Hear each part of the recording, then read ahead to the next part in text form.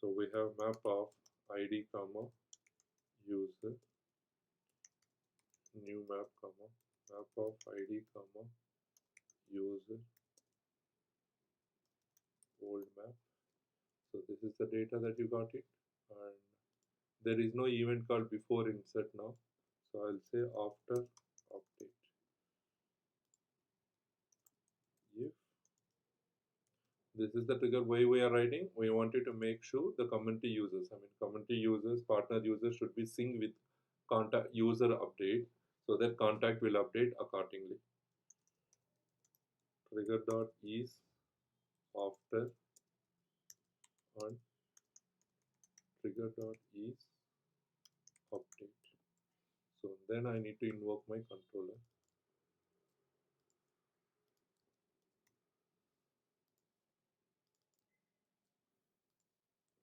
Do I need to check my recursive controller? It's a right practice that you can always check your recursive controller once created, no issues in. So what I'm saying, I have a recursive controller, I'm checking even recursive control because I'm handling after update. It's better to have a recursive controller check before to that. Clear? The same code you will be using. There will be no new code. Whatever we are written here, it's the same thing that you will be using. Trigger dot old map. So I'm passing my parameters new map with old map, and you can see here is my new map and old map. So what I need to get, if sorry, set of ID, how user and contacts are linked. Contact is a parent field in a user object, so I need to get contact IDs equal to new set of ID. So now we have to iterate our new map, user record colon new map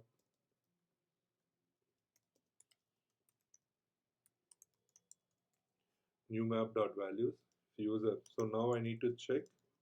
Users can be different type. There cannot be like all users are partner users, but we can check record dot contact ID is a field name that will be having in user object not equal to null. If contact dot user ID not equal to null, then contact ID start add record dot contact ID. So if the record dot contact I say I collected all my contact IDs, if the partner user is getting updated, then I will be checking my condition size. Contact IDs are greater than 0 or not. Contact IDs dot size greater than 0. Then I'll query my contacts list of contact on list equal to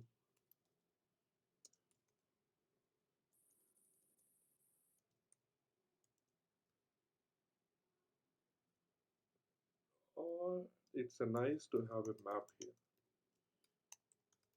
Contact contacts map equal to new map ID comma. So as I mentioned, always try to use map concepts. It would be a great thing that you can able to manage. Select ID comma first name comma last name comma email comma phone from contact where ID in colon contact IDs. So we got first name, last name, and everything, right? Now we need to verify. Now we need to verify only those records we need to update. We don't want to update each and every record. So what I can do, I can iterate the users map with comparison with old map values. When I say comparison, we need to verify whether old data and new data remain same or not. So I can say id key colon new map dot key set. Now I can say here user new data equal to new map dot get of key. Key is nothing but your record ID. User old data equal to old map. I need to get my old map, and I can say based on key I'll get my mapping old data. So I got it. Then what I need to say, if I need to update only if the data is not updated, date old data dot first name not equal to old data dot first name.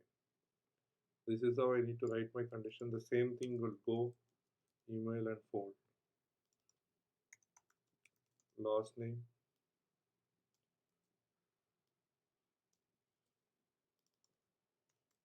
phone, phone, email, email.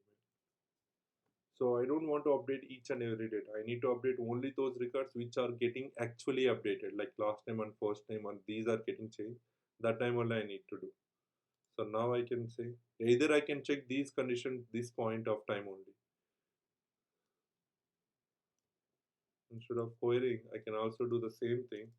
But the only thing here is that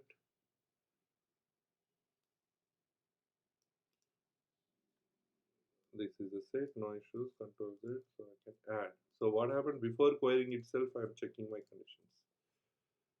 Instead of record ID, so I need to say record.id.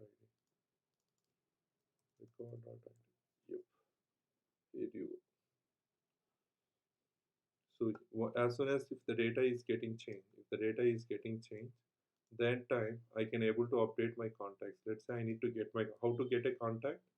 So I can get a contact saying that contact con equal to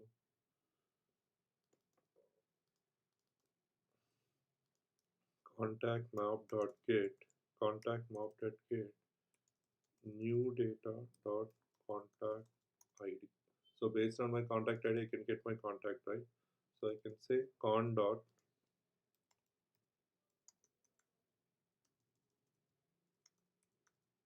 first name equal to con dot first name equal to new data dot first name,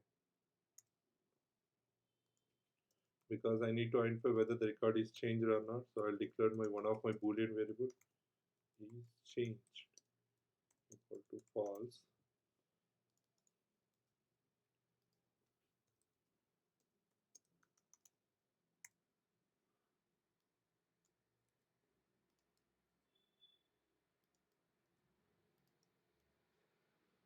So instead of first name I need to go with last name. Instead of phone I need to go with phone, email. So once it got updated, so I need to map down my data to a collection so that I can do a email operations. Contact, updated contacts, go to new list of contact.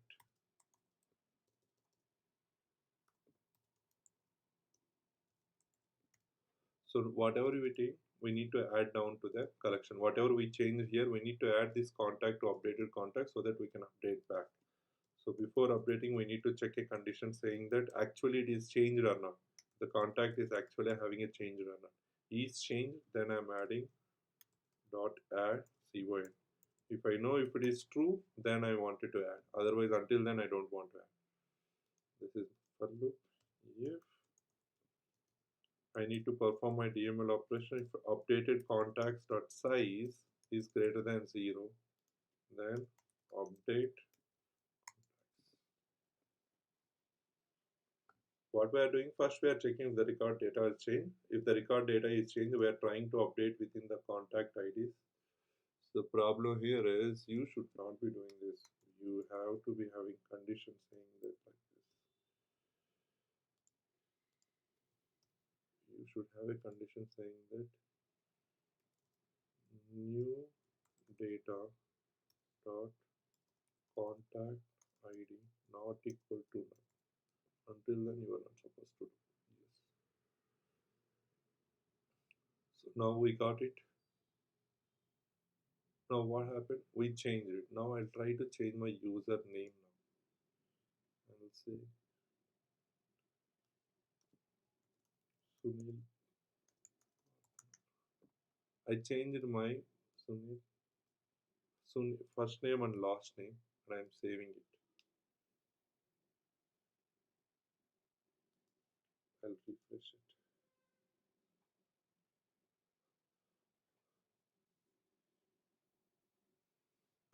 If I go to details, you can see Mr. Sunil Partner, isn't it? We got updated, right? This is something I mentioned here. If I change like partner user, I change my phone number. I mean, it is 9986 and this stuff. 1 2 3 4 5 6 7 8 9 0. Reverse. So what happened? The phone number also should update here. Instead of partner, it should be partner user and phone number is also getting updated. I'm refreshing it. Refreshing it.